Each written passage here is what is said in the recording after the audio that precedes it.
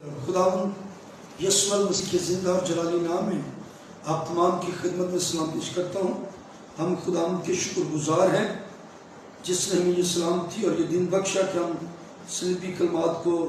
سیکھیں اور جانیں۔ آج ہم دوسرا کلمہ کی تلاوت کریں گے۔ مقدس لوکا رسول کی معرفت لکھی گئی انجیل اس کا 23واں باب اور اس کی 42 اور 43ویں آیت کو کلام خدا سے ہم تلاوت کریں گے۔ پھر اس نے کہا، اے یسوع، جب تو اپنی بادشاہی میں آئے تو مجھے یاد کرنا۔ اس نے یعنی یسوع نے اس سے یعنی اس ڈاکو سے کہا، میں تجھ سے سچ کہتا ہوں کہ تو آج ہی میرے ساتھ فردوس میں ہوگا۔ یہ نجات کا دوسرا کلمہ ہے جس پر بہت سے سوالات، بہت سی باتیں اس کلمے کے تعلق سے کہی جاتی ہیں اور لوگ سوال پیدا کرتے ہیں، لیکن اتنا زیادہ وقت نہیں کہ ہم ہر ایک چیز کو تفصیل سے جانیں۔ جس طرح کل ہم نے پہلا کلمہ سیکھا تھا جسے ہم معافی کا کلمہ کہتے ہیں، جس میں خدا نے ہماری خطاؤں کو، تقصیروں کو، گناہوں کو اپنے اوپر لے کر صلیب پر چڑھ کر ہمارے خلاف جو دستاویز تھی، ہمارے خلاف جو تھے سارے، ان ساری چیزوں کو، سارے گناہوں کو مٹا ڈالا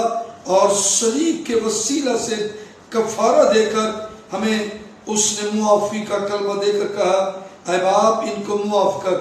سو صلیب پر قربان ہونے کے باعث، یسوع مسیح کے مصلوب ہونے کے باعث، کفارہ دینے کے باعث ہمارے گناہ مٹا دیے گئے۔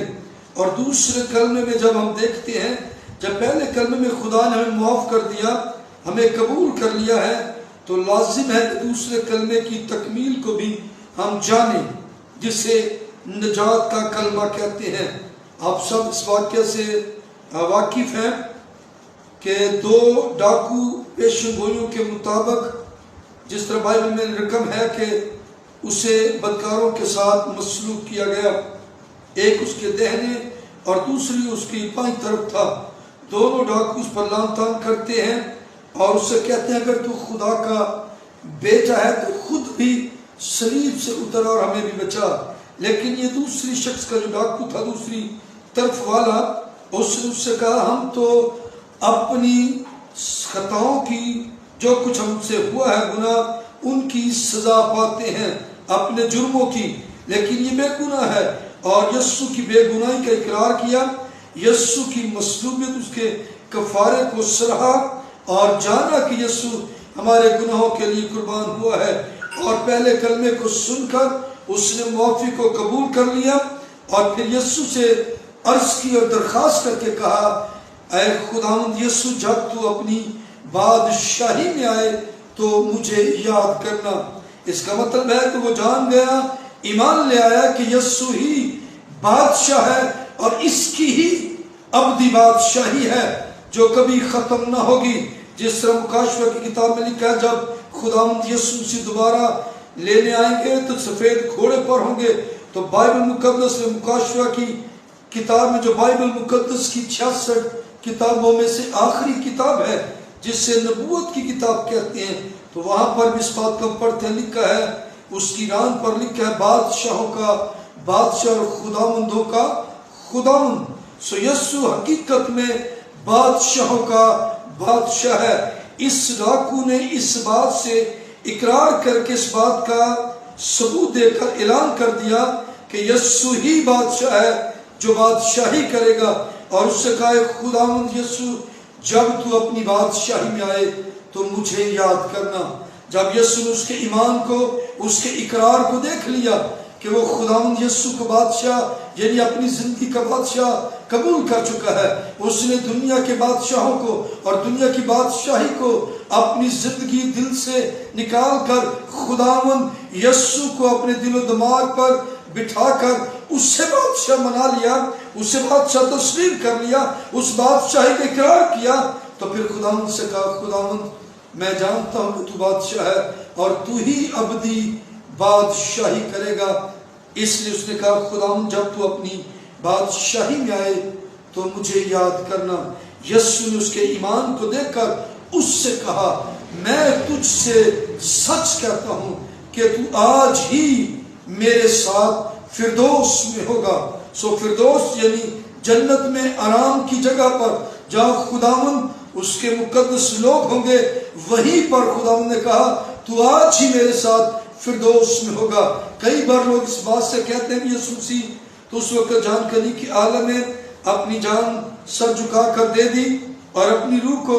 اپنے خداوند باپ کے سپرد کر دیا، تو اسے 3 دن قبر میں رکھا گیا، تو پھر ڈاکو کیسے فردوس میں چلا گیا؟ حقیقت میں عالم ارواح فردوس پتال یعنی زمین کے اندر ہی تھے اور اسفل کے اندر ہوتے ہوئے ابلیس کی گرفت میں تھے، اور یہ ایک ایسا طریقہ تھا کہ یسوع مصلوب ہوا اور اپنی جان دی، کیونکہ جب کوئی شخص ایسے کرتا ہے مرتا تب ہی وہ پتال میں جاتا ہے۔ سو خداوند نے ابلیس کے ساتھ ایک ایسا کھیل کھیلا کہ وہ سمجھا کہ شاید یسوع مر گیا ہے، اور وہ نہیں جانتا کہ یسوع کو اپنی جان دینے اور پھر لے لینے کا بھی اختیار ہے۔ یسوع نے اس لیے سر جھکا کر جان دی تاکہ وہ پتال میں جائے، جس طرح پولس رسول افسس کی کلیسیا کو اور پترس رسول بھی اپنے خط میں بیان کرتا ہے کہ یسوع مسیح جب قبر میں گئے تو 3 دن قبر میں نہیں رہے، بلکہ اس کا جسم قبر میں رہا لیکن اس کی روح پتال میں جا کر قیدی روحوں میں منادی کرتی رہی، اور 3 دن وہاں پر منادی ہوئی، وہاں پر انجیل کی خوشخبری سنائی گئی، وہاں پر قیدی روحوں کو آزاد کیا گیا، اور جب کلام سنایا جا رہا تھا تو اس ڈاکو کی روح کو بھی خداوند یسوع اپنے ہی ساتھ فردوس میں لے گیا۔ اس کی روح کو ابلیس کی قید میں جانے نہ دیا بلکہ اپنے ساتھ لے کر گیا تاکہ اسے آزاد کرے۔ اس لیے بھی اسے دوسرے کلمے کو نجات کا کلمہ کہتے ہیں کہ ابلیس کی گرفت سے، گناہ سے، جہنم دوزخ سے خدا نے آزاد کیا اور فردوس میں لے کر ہمیں جا کر بٹھا دیا، اور ڈاکو سے کہا کہ تو آج ہی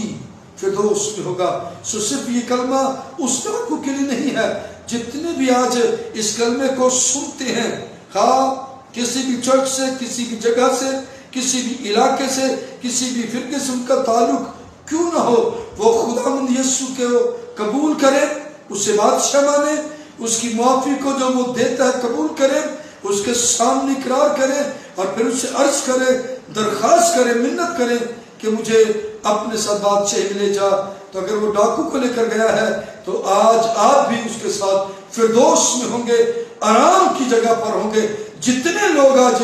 وہ بیٹیاں، وہ بہنیں، وہ بھائی جو آج یسوع کو اپنی زندگی کا بادشاہ بنائیں گے، وہ اس کے ساتھ فردوس میں ہوں گے اور وہ زندگی کو حاصل کریں گے۔ یہ نجات کا کلمہ ہے۔ اگر کوئی شخص رہائی نہیں پاتا، نجات کو قبول ہی نہیں کرتا، کیونکہ خداوند نے